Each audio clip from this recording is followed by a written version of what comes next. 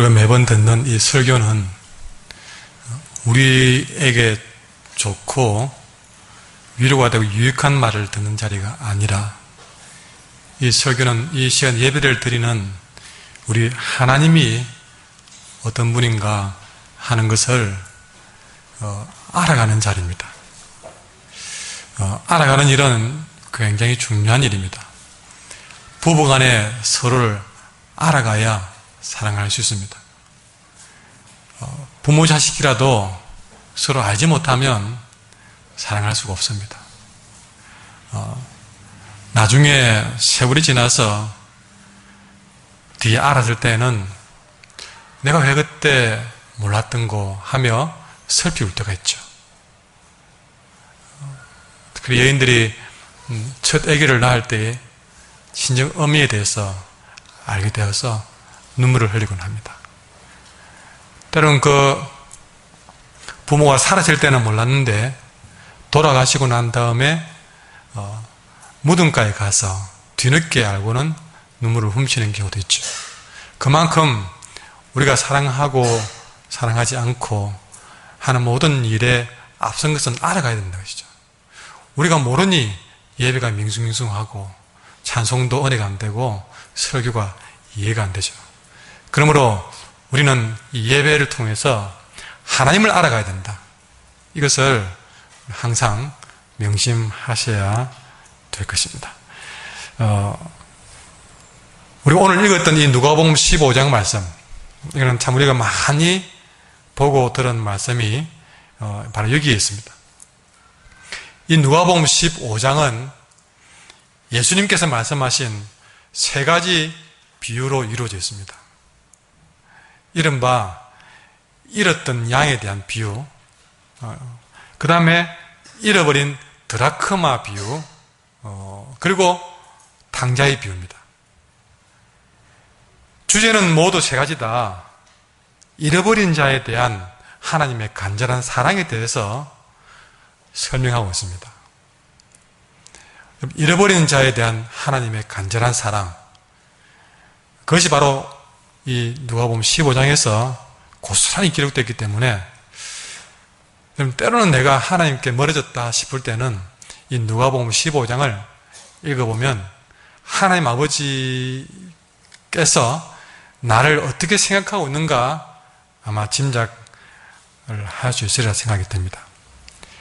중요한 사실은 예수님께서 이 세 가지 잃은 양, 잃어버린 드라크마, 탕자, 이 잃어버린 자에 대한 세 가지 비유를 왜 설교하게 되었느냐 하는 것을 우리는 알고 보셔야 됩니다. 그 이유는 바로 15장 1절 2절에 나와 있습니다. 같이 한번 읽어볼까요? 모든 세리와 죄인들이 말씀을 들으러 가까이 나오니 바리새인과 서기관들이 수군거려 이르되 이 사람이 죄인을 영접하고 음식을 같이 먹는다 하더라.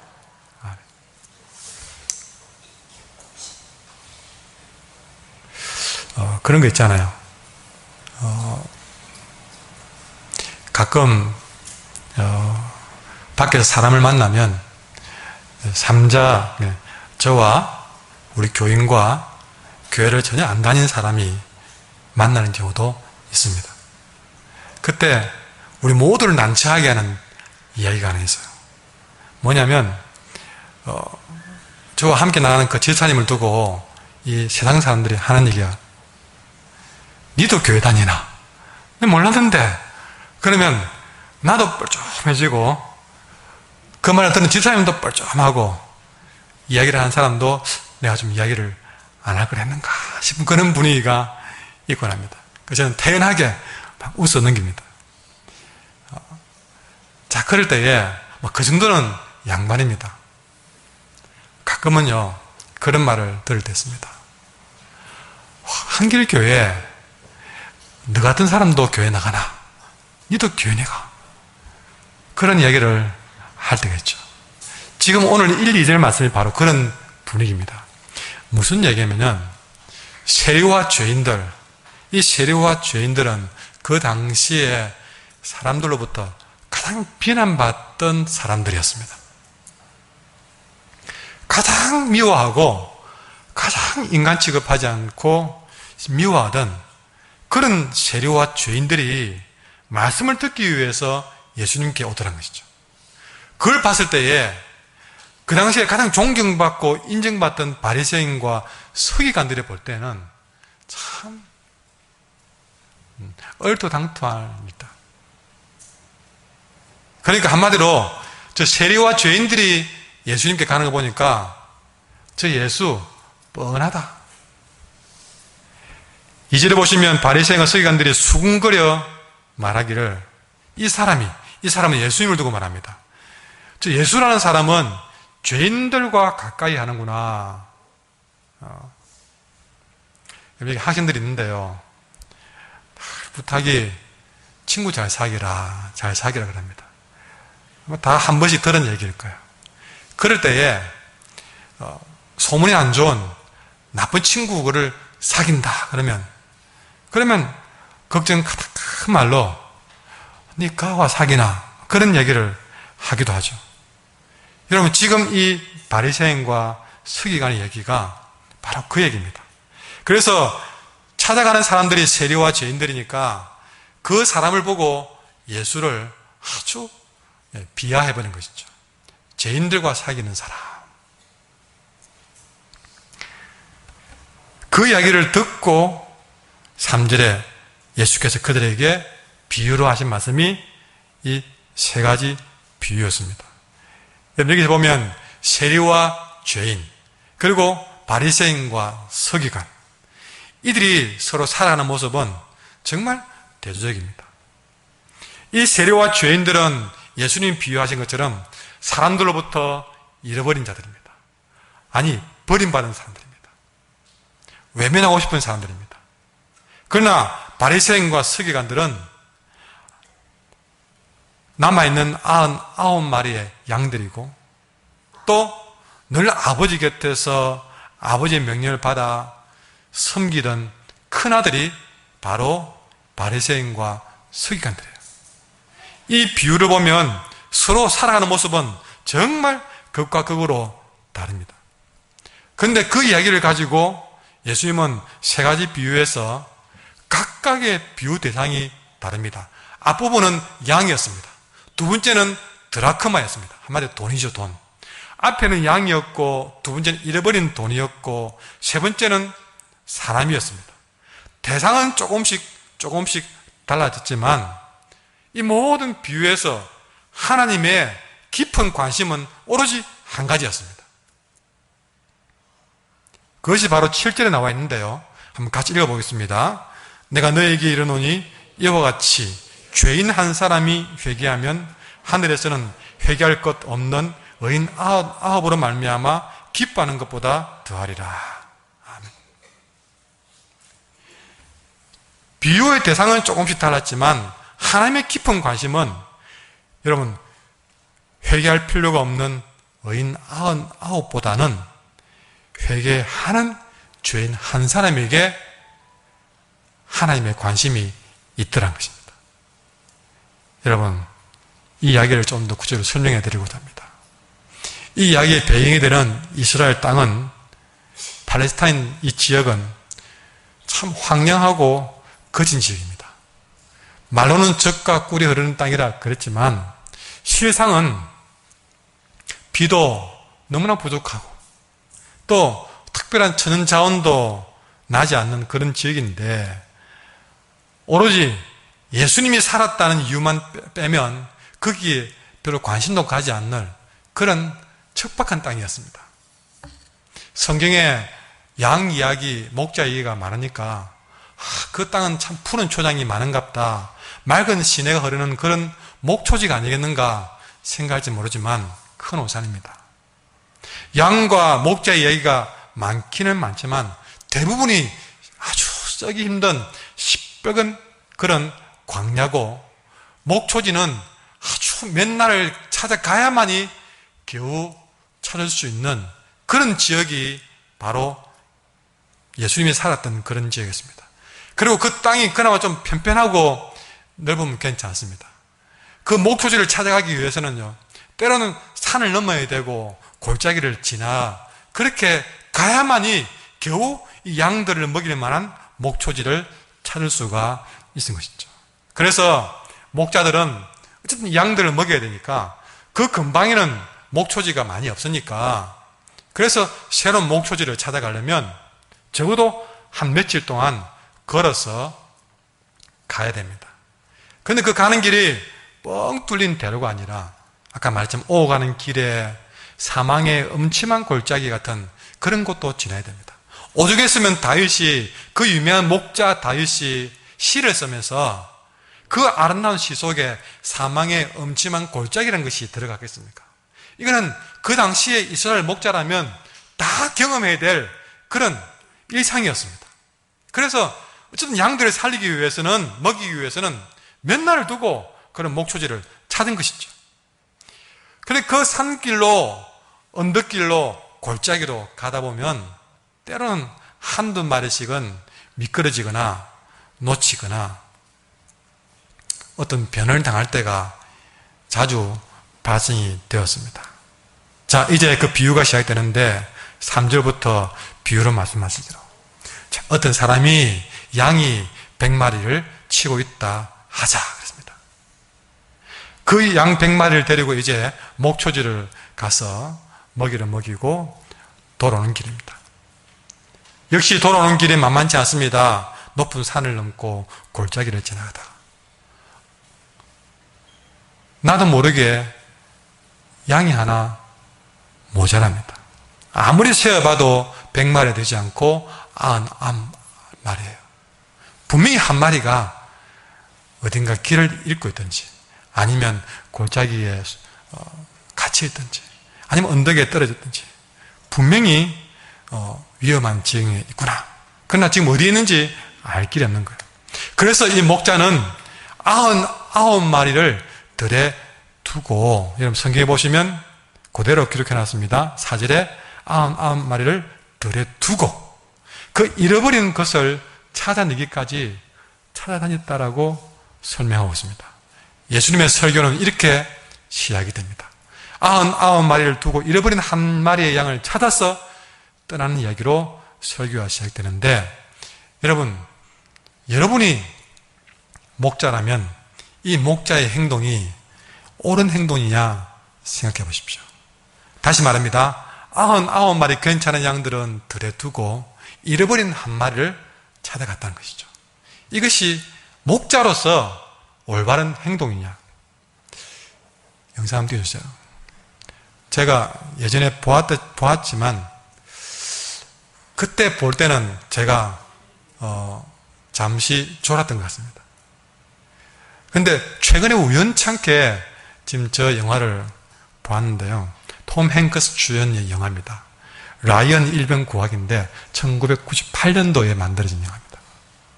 생각해보니까 몇 년 안 된 줄 알았는데 아주 굉장히 오래된 영화였어요. 근데 그 앞에 영화 씬을 보면요, 노르망디 상륙작전을 보여주는데, 와, 전쟁 영화가 그렇게 실감 있게, 저는 총에 만 줄 알았습니다.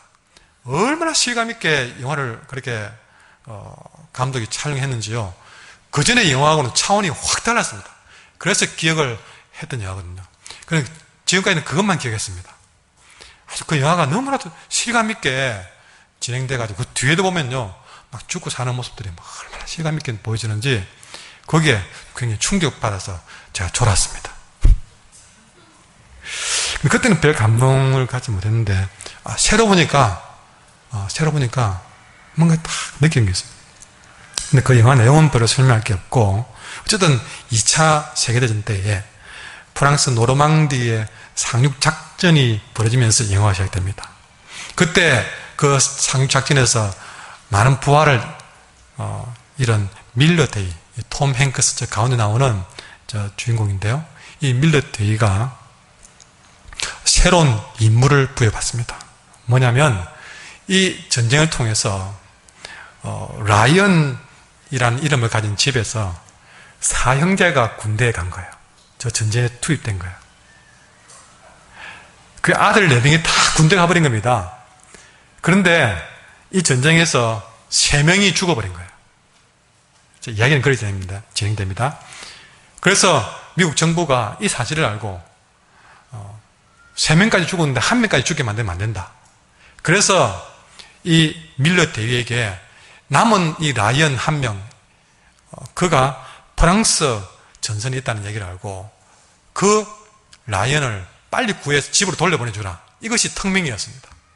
그러니까 라이언 일병 한 사람을 집으로 보내는 것이 임무였어요. 밀러 대위는 7명의 대원을 데리고 이 라이언을 찾기 위해서 최전방으로 갑니다. 그때 이 밀러 대위를 따르는 대원들이 불만이 가득합니다. 그도 군이고 나도 군인이고 겨우 라이언이라는 일병 한 사람 구하려고 우리 8명이 목숨 바치면 되겠습니까? 그러는 거예요. 저는 그 고민을 보면서 맞다 생각했어요. 한 번씩 전쟁 영화를 보면 그래요. 누구 한 명 어떤 적에게 포로로 잡혔다. 그러면요 아주 멋진 청년들이 막 6명, 10명이 한 명 구하기 위해서 가는데 가다 보면요 한 명 구하러 가다가 10명이 막 죽어버립니다. 그러면 저도 그 영화 보면서 머리를 끄고요. 저기 계산이 맞나? 한 명 살리려고 10명 죽는다. 이거는 말이 안 되는 것이다. 그것이 지금 이 라이언 일병 구하기에 나옵니다. 정말 몇 번의 위기를 넘기면서 1명, 2명 죽어갑니다. 갈등은 깊어집니다. 차라리 그 1명 구하려고 가지 않으면 살 수 있는 사람들이 1명, 1명 죽어가는 거예요.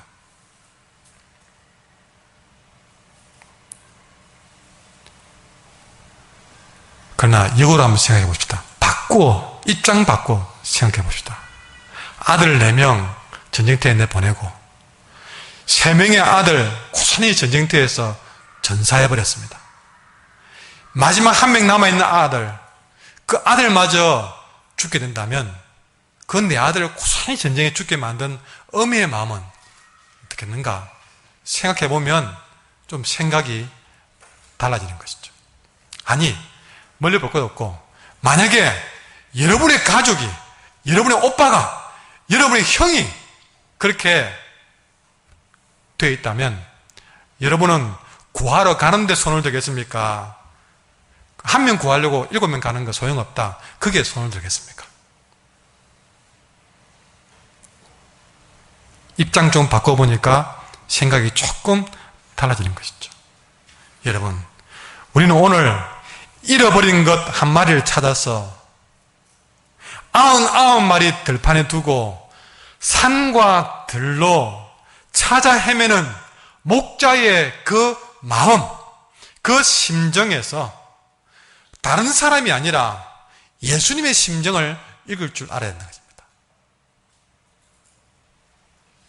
라이언 일병 구하는 데 있어서 입장에 따라서 조금씩 마음이 다릅니다.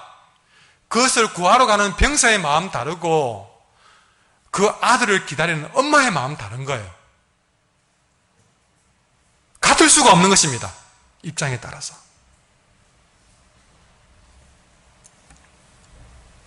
마찬가지로 오늘 말씀에서 이런저런 사람들의 마음이 아니라 우리가 분명히 봐야 될 것, 읽어야 될 것은 이런 말씀을 가지고 설교하는 예수님의 마음이 어떤 마음인가를 우리는 알아야 이 설교를 제대로 들은 것이다.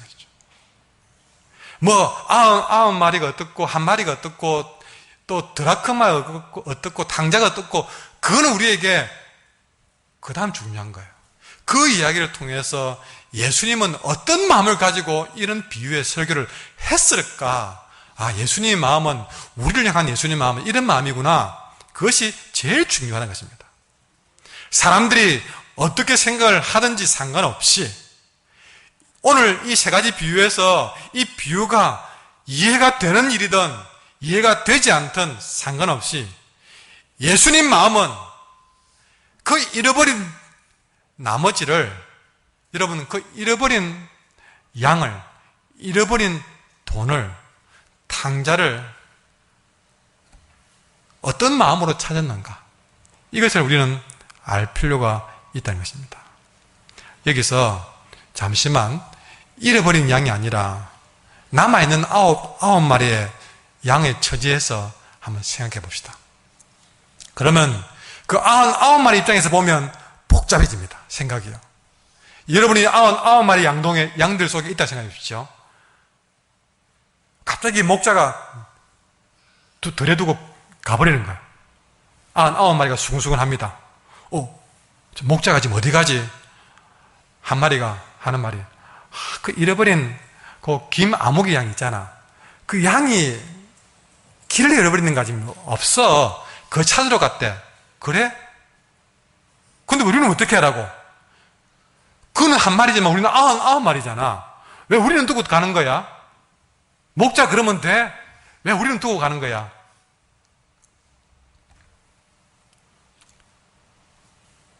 무리 가운데에서 정신 못 차리고 엉뚱한 데 신경 쓰다가 잃어버린 그 못된 것 한 마리 때문에 우리 99마리가 들판에서 그대로 목자 없이 있게 된 것이에요.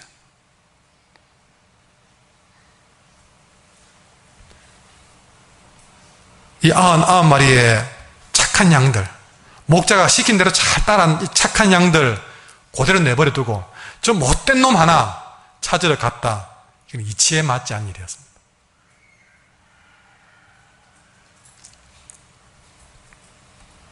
물론 이 목자는 어쩌면은 이 남은 99마리를 그냥 두진 않았겠죠. 아니면 근방에 다른 목자에게 부탁해가지고, 어이, 박 목자 이리 봐. 내가 한 마리 잃어버려서 찾으러 가는데 우리 99마리 좀 돌봐줄래? 하고 갔을 수도 있습니다. 그러나 그렇게 맡겨 놓는다고 해서 그 99마리는 편할까요? 그 99마리 양들이 입장에서 볼 때는 다른 목자가 어찌 자기 목자하고 비슷하겠습니까? 다른 목자의 양들이 풀을 뜯고 있으면 여러분 그 99마리 양들, 다른 양들은요, 그 다른 그 양들이 뜯고 있을 때에 옆에서 꼭 너무 밥 먹는 것처럼 못 먹고 푹 있다가 저거 다 먹고 난 다음엔 먹지 않겠습니까? 제가 어릴 때 친척집에 놀러 가면요, 좀 그런 눈치밥을 좀 먹잖아요. 눈치밥을. 꼭 비슷한 또래의 그런 동기가 애를 먹입니다. 그럼 저거 먹고 다 먹고 난 다음에, 그 다음에 눈치밥 남은 거 먹곤 하듯이, 분명히 남은 이 99은 다른 목자가 돌봐준다 해도 그런 눈치밥 좀 먹을지 모릅니다. 그런데 얼마나, 물 한 모금 마셔도 저거 먹고 난 다음에 남은 거 먹어야 되니까 얼마나 불편하겠습니까? 또 이 양들을 맡은 목자도 마찬가지입니다.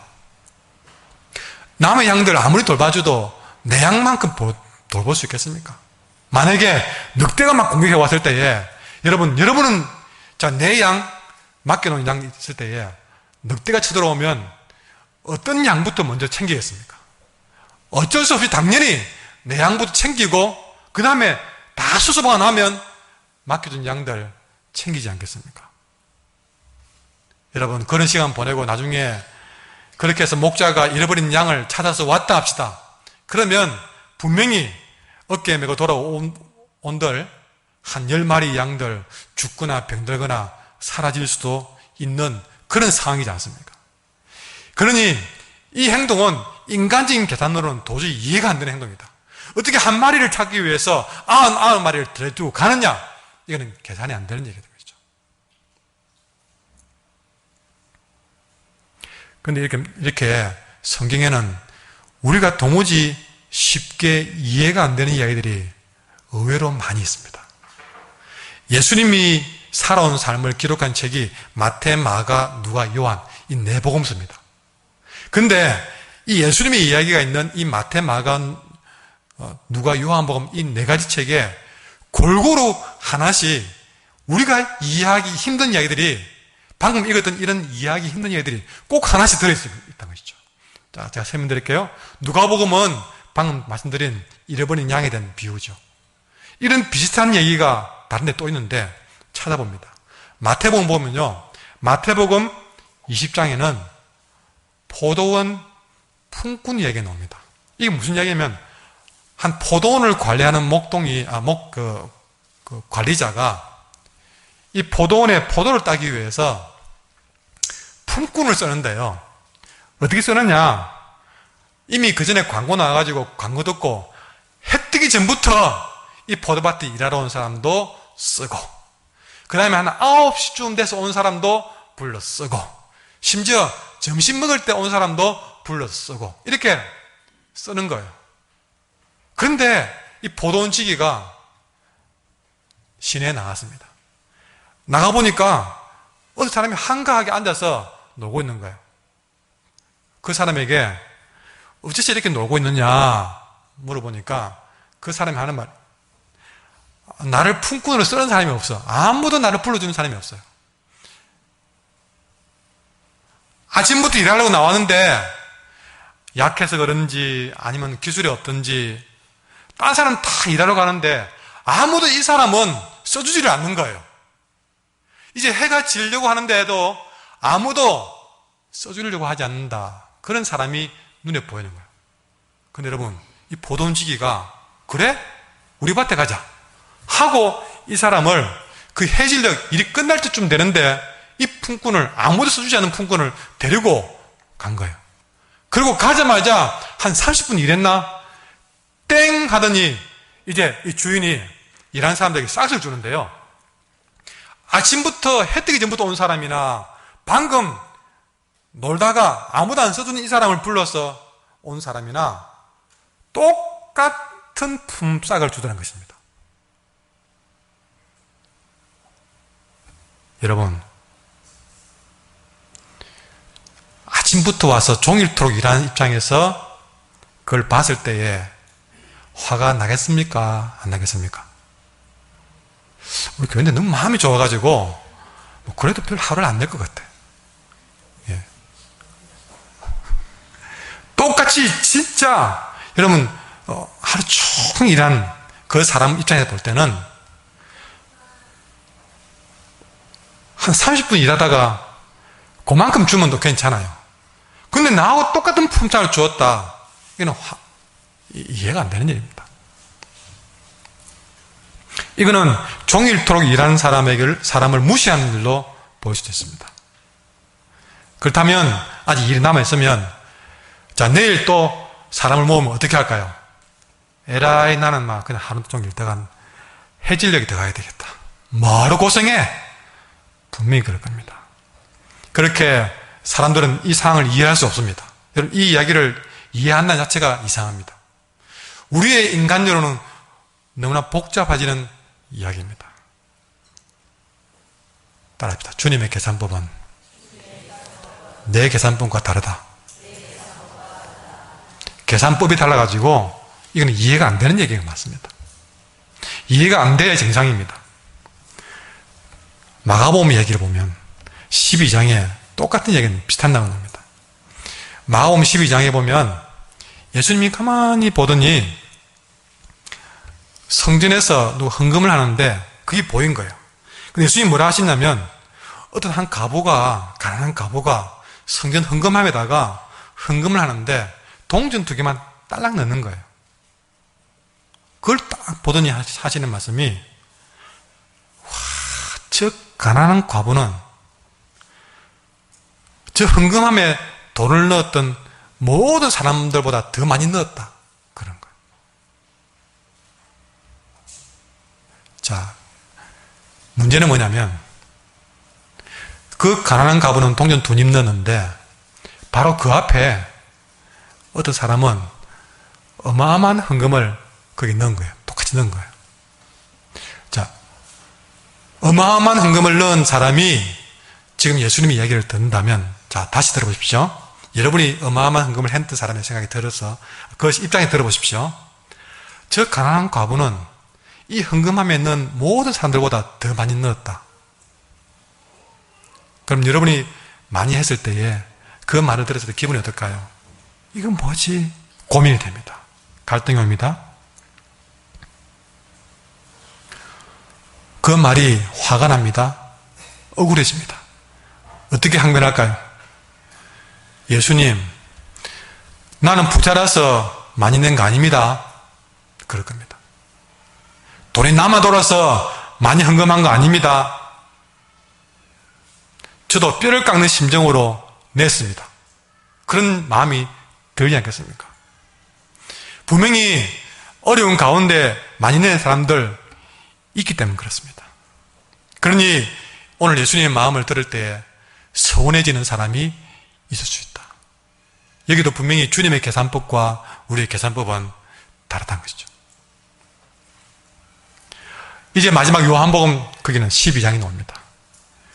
거기는 식사 자리에서 마리아라는 여인이 아주 값비싼 향유를 가지고 와서 예수님의 머리에다가 부어버립니다. 그 향유는요, 가격이 최고급인데 가격이 300데나리온. 300데나리온은 1데나리온은 일꾼의 하루 품삯입니다. 그러니까 한 사람이 안 먹고 300일을 일하고 모아야만 되는 금액을 예수님께 한 번에 쏟아부은 겁니다. 그걸 보고 가룟 유다가 한 말이, 그 순간에 가룟 유다의 마음이 확 갈등이 오면서 다쳐버리는 거예요. 어떻게? 저 어마어마한, 여러분 하루 품삯이 얼마인지 모르지만 300일, 거의 1년치의 그런 비싼 향유를 예수님께 한꺼번에 쏟아부어 끝나버려. 그거 한 말이 이렇습니다. 왜 이 비싼 향유를 300데나리온에 팔아서 그걸 가난한 사람들 나눠주면 얼마나 많은 사람들이 먹을 것인데 이건 낭비야! 화가 나서 하는 말이 이건 낭비야! 라고 소리친 것입니다. 그때 예수님이 하신 말씀이 이건 낭비가 아니다 그런 거예요. 제가 봐도 낭비라고 생각됩니다. 좀 한 방울 떨어뜨려도 되는 거 아닙니까? 가룟 유다의 생각이 이해가 됩니다. 그런데 예수님이 하시는 말씀이 낭비가 아니다. 오히려 이걸 모든 사람들에게 자랑할 것이다. 정말 주님의 계산법은 내 생각에 달라도 너무 다릅니다. 오늘 마태, 마가, 누가, 요한복음 다 그렇게 우리의 생각과 다른 모습들을 말씀드렸습니다. 근데 여러분, 어째서 우리 주님은 각 복음서마다 이렇게 우리가 이해하기 힘든, 들으면 갈등만 생길 만한 이야기들을 왜 해놓았을까? 우리 주님은 아무 생각 없이 하시는 분이 아닙니다. 분명히 우리들에게 하고 싶은 중요한 이야기가 있기 때문에 이 이야기를 하신 것입니다. 마태, 마가, 누가, 요한복음을 통해서 중요하게 하고 싶은 이야기가 있었던 것이죠. 우리는 그것을 알아야 됩니다. 인간적인 계산법으로 본다면 도무지 이해하기 힘든 이 이야기들 속에서 주님이 우리에게 꼭 가르치고 싶은 것이 무엇이냐? 따라합시다. 은혜. 은혜.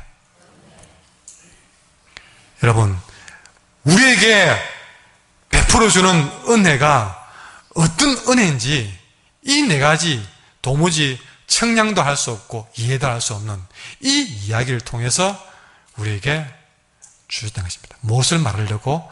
은혜를 말하려고.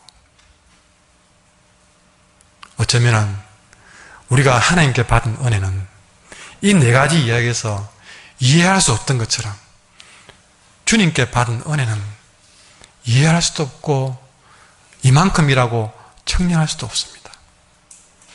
가까이는요, 여러분 부모의 은혜 노래 부르면서 돼요. 높고 높은 하늘이라 말들 하지만, 여러분 부모의 은혜도 청량할 길이 없어서 하늘에 비유해도 바다에 비유해도 도무지 청량할 길이 없다고 하잖아요. 우리가 하나님께 받은 은혜도 우리 하나님의 사랑이 이런 거야 감히 이해하고 청량해서 말할 수가 없는 것입니다. 우리가 잴 수 있는 것이라면, 우리가 이해할 수 있는 것이라면 어쩌면 은혜가 아닐 수 있습니다. 그런 정도. 여러분, 은혜는 10년을 100년을 생각해도, 평생을 생각해도 이해가 안 되는 것이 정상입니다. 그것이 하나님이 우리에게 베푼 은혜라는 것이죠. 아까 말했던 그 네 가지 이야기를 아무리 이해를 하려고 해도 이해가 안 되는 거예요. 하나님이 우리에게 베푼 은혜가 그런 거란 것입니다. 이해하려고 하면 이해가 안 되는 겁니다. 계산하려고 하면 계산이 안 되는 것이 주님의 은혜입니다. 여러분, 주님이 여러분을 위해 십자가 하셨다는 말이 이해가 되는 것입니까? 여러분의 죄를 씻어주고 용서하기 위해서 십자가 지었다는 말이 계산이 되는 것입니까?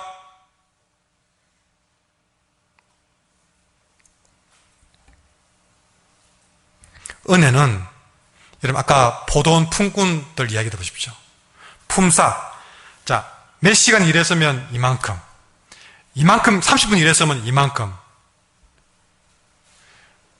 우리 하나님의 은혜는 그렇게 품삯처럼 계산할 수 있는 것이 아니란 것입니다. 교회 이만큼 다니면 은혜 이만큼. 주님에게 이만큼 봉사하면 은혜 이만큼. 품삯처럼 계산할 수 없는 것이 은혜라는 것입니다. 그런데 우리는 내가 교회를 이만큼 다녔으니까 이만큼이라고 품삯을 계산하고 있는 것이죠. 그래서 나보다 늦게 온 사람이 은혜 받으면 이해를 못합니다. 포도원 품꾼이 이해 못한 것처럼. 그래서 따집니다. 너는 언제 왔고, 너는 언제 왔고, 너는 얼마 냈고, 너는 얼마만큼 했고, 그걸 따집니다. 나는 하루 종일 주를 위해서, 교회를 위해서 봉사했고, 이 사람은 잠깐 와서 신발 한번 정리했는데, 어쩌다가 목사가 아이고 집사님 신발 정리하시네요 그렇게 칭찬해주고, 하루 종일 일한 나는 한마디도 그대로 떠보지 않으면 하루 종일 일해놓고 삐껴가지고 마음이 서운해서 목사님이 하루 종일 일한 것 봐주지도 않더라. 다음부터 신발 정리해야지.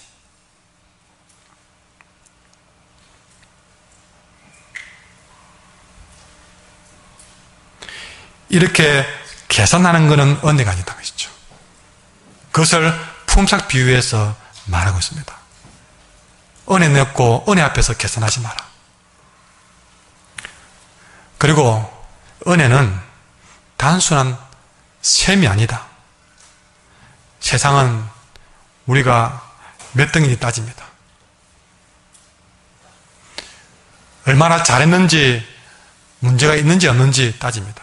이력서에 혹시 옛날에도 무슨 전과가 붙으면, 잘못한 게 딱 붙으면, 딱지에 붙으면 취직하는데 힘들었습니다. 세상은 그렇습니다. 이력서에 그 사람이 과거에 직장에서 어떻게 했다, 그 붉은 딱지가 딱 들어붙으면요, 그것이 전달되어서 아주 직장생활 하기가 힘들어집니다. 세상은 그렇습니다. 그러나 은혜는 내가 몇 등인지 문제가 없습니다. 은혜 앞에는 내가 학교에서, 직장에서 몇 등인지, 내가 지금까지 일으킨 문제가 큰지 작은지, 많은지 적은지, 세상에는 문제가 되지만 은혜 앞에서는 횟수도 문제가 아니더라. 그것이 은혜라는 것이죠. 은혜는 노력의 대가로 얻는 것이 아니다. 품꾼의 비유에서 나옵니다. 은혜는 오로지 하나님의 선물이다. 마치 포도원 지기가 하루 종일 일한 사람이든 갓 온 사람이든 주인이 정한 마음대로 주는 것, 하나님의 선물이다. 대가로 얻는 것은 은혜가 아니다. 그것을 말하는 것입니다. 무엇보다 누가복음의 양 100마리 비유에서 이 양 100마리는 목자의 입장에서 한 가족이었던 것이죠. 목자의 눈에는 한 마리도 가족이고 100마리도 가족이었다. 여러분, 길을 잃은 양은 하나냐 99마리냐, 가족이라면 여러분 그때부터는 생각이 달라집니다. 여러분, 여러분의 가족들이 있습니다. 자녀가 4명이든 6명이든 10명이든 부모 입장에서요, 하나가 만약에 밤에 안 들어오고 잃어버리면 그 부모는 잠을 잘 수가 없습니다. 9명이 집에 와 있다 해서 안심할 수가 없습니다. 부모는 그렇습니다. 아니요, 가족은 그렇습니다. 저도 아이를 키우면서 한 번씩 애를 잃어버린 적이 있는데요. 해가 지도록 안 들어오는 거예요.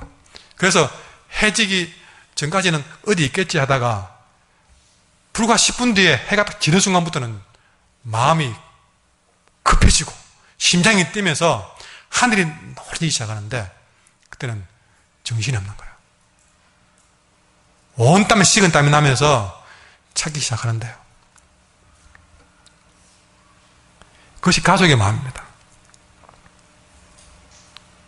다시 말하지만 9명의 아이들이 다 집에 있다 해서 한 명 안 들어온 것 가지고 한 명 정도야 부모 마음은 그럴 수 없습니다. 잃어버린 사람이 이런 부모라면 가만히 있겠습니까? 그가 형제라면 가만히 있겠습니까? 내 자녀라면 가만히 있겠습니까? 그때부터는 숫자가 중요한 게 아니에요. 아니, 다 들어와도 100명이 들어와도 한 명의 가족을 잃어버리면 그 100명은 그 한 명을 찾아 나서야 되는 것입니다. 하루 종일 밥 못 먹더라도 직장 못 가더라도 한 명이 찾을 때까지 찾아야 되는 것이 가족을 향한 마음이에요.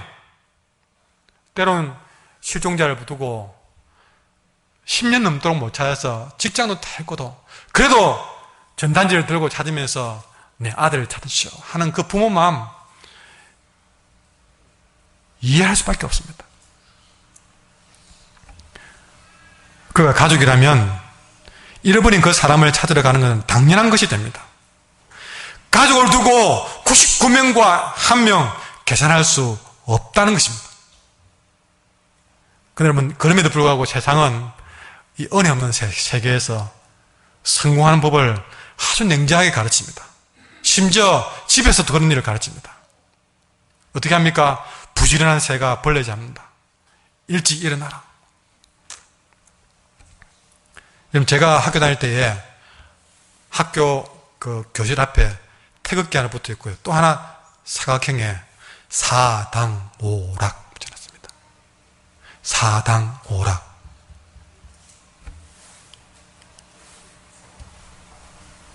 여러분, 4시간 이하로 자면 합격하고 5시간 이상 자면 떨어진다는 그런 얘기죠.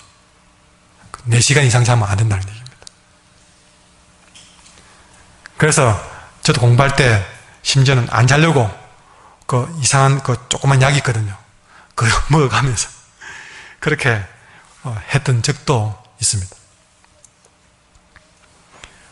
이 아이들 때에 좀 깊이 자야 성장이 될 건데 우리 이런 아이들에게 지금도 사당오락을 가르칩니다. 몇 시간 자느냐에 따라서 배우자 얼굴이 달라진다고 그래 가르치면서 공부를 시킵니다. 그리고 세상에는 공짜 없다고 가르치고 여러분, 우리 아이들에게 이런 비정한 세계에서 살아남는 법을 가르치지만 성경은 우리에게 다른 걸 가르칩니다. 오히려 99마리를 두고 한 마리를 찾으라고 강조합니다. 최근에 장관 후보생들을 두고 인사청문회를 봅니다. 이때 최근에 유명한 말이 나왔죠. 하도 따지니까요, 누가 한 말이 유명해졌습니다. 이곳은 성직자를 뽑는 곳이 아닙니다. 너무나 어렵게 잣대를 들이대서 그렇게 사람을 고른다는 것이죠.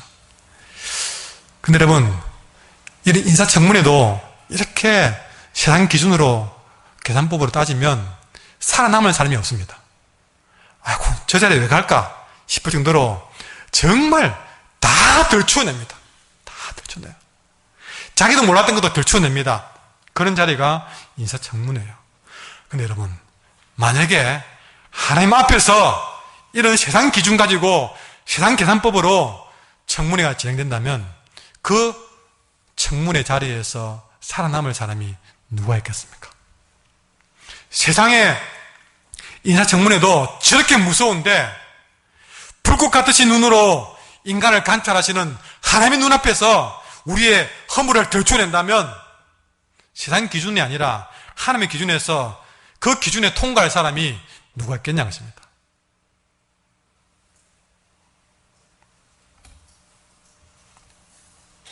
그러나 여러분, 우리 하나님께서는 오히려 세상에는 그렇게 엄격한 기준으로 사람을 검증할지 몰라도 오히려 그 거룩하신 하나님은 우리가 생각했던 정반대의 모습으로 우리를 보고 있다는 사실입니다. 자, 그 이야기를 보려면요 15장 29절을 보셔야 됩니다.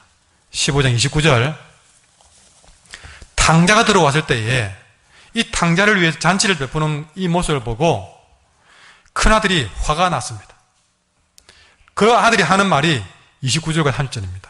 아버지께 말하되, 아버지, 내가 여러 해 동안 아버지를 섬겨왔고 아버지 명령을 어긴 적이 없는데 나에게는 친구들과 함께 저기라고 염소 새끼 한 마리 준 적이 없습니다. 그런데 아버지 돈 다 빼앗아가지고 장녀들과 놀아나다가 그 재산 다 잃어버린 저 못된 동생이 돌아왔다고 아버지는 살찐 송아지까지 잡아버렸습니까? 그럴 수 있습니까? 하고 화를 낼 때에 그 아버지 대답이 31절과 32절이에요. 그 아버지가 그 큰아들에게 하는 말이에요. 그래, 너는 항상 내 곁에 함께 있고 그렇게 나를 위해 살았다. 그래서 내 가진 건 모두 너 것 아니냐. 그러나 네 동생은 내 마음에서 죽은 줄 알았는데 다시 살아나서 이렇게 내 품으로 돌아와서 나는 그 하나만으로도 너무나도 기쁘다. 그렇게 이야기를 한 것이에요. 큰아들은 냉정한 그런 계산법으로 그 탕자를 검증했지만 아버지는 그보다 더한 불꽃 같은 눈을 가졌지만 오히려 그런 눈을 보지 아니하고 은혜의 눈으로 그저 죽었다가 다시 살아왔다는 그 하나만으로도 아버지는 기뻐한다 하는 것입니다. 여기 탕자의 아버지가 큰아들에게 말씀하신 것처럼 우리의 약점과 허물을 다 알고 계신 주님께서는 우리들에게 엄격한 인간적인 계산법이 아니라 전혀 다른 계산법으로 우리를 맞아주고 있다는 사실입니다. 그것이 바로 은혜의 계산법이라는 것이죠. 하나님이 세상의 계산법으로, 우리가 알고 있는 계산법으로 들이대면 아무도 그분 앞에 갈 사람이 없습니다. 그러나 그 계산기 다 내려놓고 하나님이 가진 은혜의 계산기를 들고 우리를 보신 것이죠. 그 은혜의 계산대 앞에 서면 지금까지 은혜 없던 박질한 세상의 계산은 완전히 무효가 되어버리고 그 은혜의 계산으로 우리는 드디어 예수님의 그 무한한 은혜의 세계에 우리는 들어갈 수 있게 되는 것입니다. 우리가 예전에 많이 불렀던 은혜 아니면 나서지 못하는 찬양이 있습니다. 여러분, 그 찬양은요 시작이 사실은 하나님 앞에 설 수 없는 자기의 모습을 먼저 고백하면서 시작됩니다. 그 가사를 설명드려 볼게요.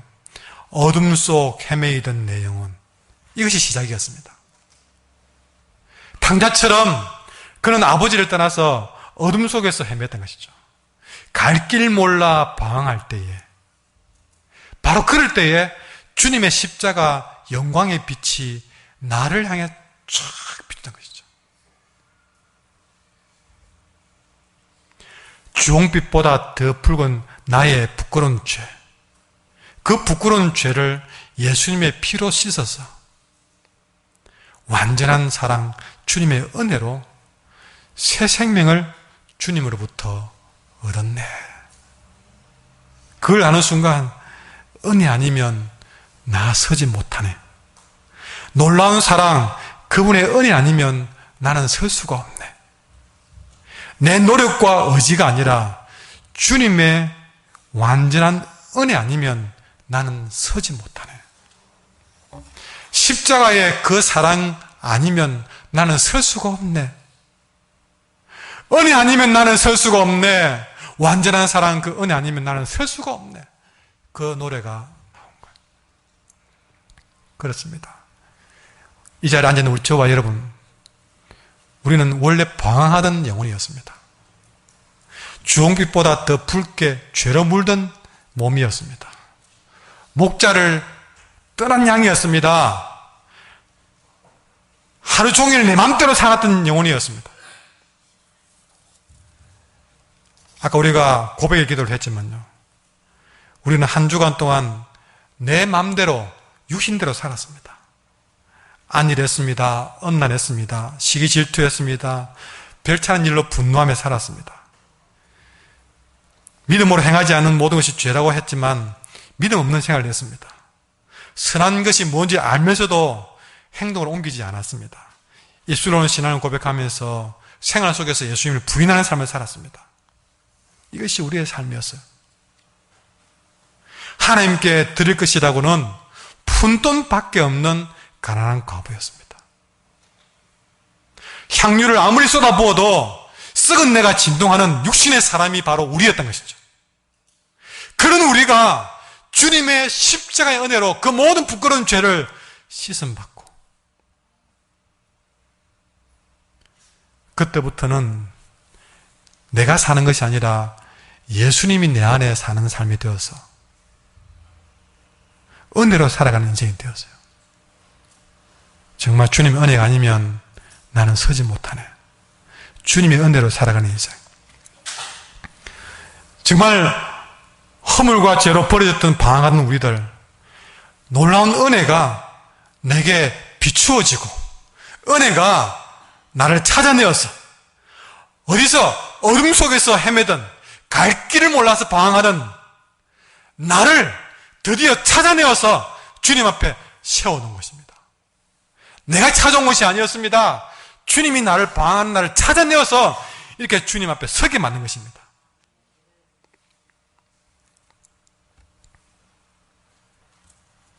여러분, 잃어버린 양의 입장에서 보십시오. 이제 혼자서 골짜기에 빠져서 거의 굶어서 기진맥진하는 순간 어렴풋이 들리는 목자의 음성, 나를 찾아낸 목자의 음성, 너가 여기 있었구나 하고 찾아왔을 때 그 목자의 음성이 얼마나 반가웠겠습니까? 목자의 품에서 떠나서 잃어버린 양처럼 길을 잃고 헤매다가 죽음의 골짜기에서 거의 죽을 수밖에 없는 그런 나를 찾아오신 목자, 그것도 말 잘 듣는 99마리를 그 귀한 양들 오롯이 들에 두고서 어쩌면 그 양들 손해볼 줄 알면서도 잃어버린 나 하나만을 찾아서 끝까지 포기하지 않고 나를 찾아와 주신 주님, 내 이름 잊지 않고 지금 이렇게 불러주신 주님, 그 주님이 목자가 어깨에 나를 메고 집으로 돌아가면서 얼마나 기뻐하면서 노래 부르면서 모든 사람들 앞에 나와 함께 즐기자, 잃어버린 양을 찾아내었다라고 기뻐하는 모습을 봤을 때에 여러분, 그 어깨에 메인 양의 마음이 얼마나 기쁘겠냐 했습니다. 이것이 바로 저와 여러분을 향한 예수님의 마음이다 것입니다. 그걸 이해하려고 하시면 안 됩니다. 계산하려고 하면 안 됩니다. 8절 이하의 잃어버린 드라크마 비유도 마찬가지입니다. 이 드라크마는 그 당시에 은으로 만든 돈입니다. 굉장히 한 드라크마만 하더라도 비싼 돈이었습니다. 근데 그 당시에는 이 10개의 은으로 된 돈을 가지고 목걸이를 만들어서 신부에게 선물하는 그런 풍습이 있었습니다. 이 10개의 드라크마는 신랑에게 받은 결혼 예물이었습니다. 결혼 예물인데 어쩌다가 이 10개의 목걸이에서 은전 하나가 또르륵 빠져버려서 사라진 거예요.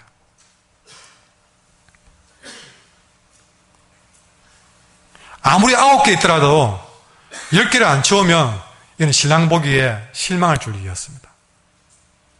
그래서 이 여인은 잃어버린 드라크마를 하나 찾기 위해서 등불을 켜고, 성경에 보면요 8절에 등불을 켜고 집을 썰고, 여러분 이 당시의 집은요 바닥이 이런 바닥이 아니라 갈대나 돗자리를 깔아놨기 때문에 이게 빠지면 찾기가 굉장히 어렵습니다. 그걸 찾기 위해서 부지런히 찾았다고 됐습니다. 그걸 찾을 동안에는 이 여인은, 신부는 신랑이 올까 싶어서 가슴이 두근거립니다. 신랑이 와서 함부로 결혼 예물을 다뤘다고 혼날지 모르는 일이었습니다. 그러니 9개는 두고 빨리 하나를 찾아야 되는 거예요. 그래서 진땀을 빼면서 드디어 찾았습니다.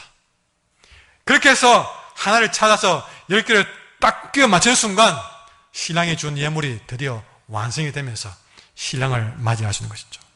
그러니 얼마나 기뻤습니까? 이걸 이야기해 놓고 10절에 하는 말씀이, 내가 너에게 이르노니 이와 같이 죄인 한 사람이 회개하면 하나님의 사들 앞에 기쁨이 되느니라. 이것이 우리 한 사람을 찾은 하나님의 기쁜 마음을 표현하고 있는 것입니다. 목사로서 한 번씩 일을 다 싶은 분이 오랜만에 찾아오면요, 이 강단에서 쭉 훑어보다가 그런 거 보면 얼마나 기쁜지 모릅니다. 우리 하나님의 마음은 더 기쁠 줄 믿습니다. 이 드라크마를 찾은 여인은 이웃을 초대해서 즐거움을 함께 나누었습니다. 잃은 양 한 마리를 찾아 돌아온 목자도 즐거움을 함께 나누었습니다. 또 24절에 죽었다가 다시 산 아들을 맞은 이 아비도 기뻐하며 잔치를 베풀었습니다. 이렇듯 잃어버린 자를 찾은 마음은 기쁘고 기쁘다는 것이죠. 은혜를 베푼 사람이나 은혜를 받은 사람이나 모두 기뻐하는 것이 바로 이것이다. 우리 한길 교회가 이런 교회가 되기를 바랍니다. 은혜를 베푼 자나 은혜를 받은 사람들이 모두 기뻐 잔치를 베푸는 자리, 그렇게 주님의 은혜를 확인하는 자리가 되기를 간절히 소망합니다. 우리는 지금까지 그렇게 주님 앞에서, 은혜의 주님 앞에서 길을 잃은 한 마리의 양이었습니다. 우리는 주님 앞에서 어둠의 바닥에 굴러떨어진 한 개의 드라크마였습니다.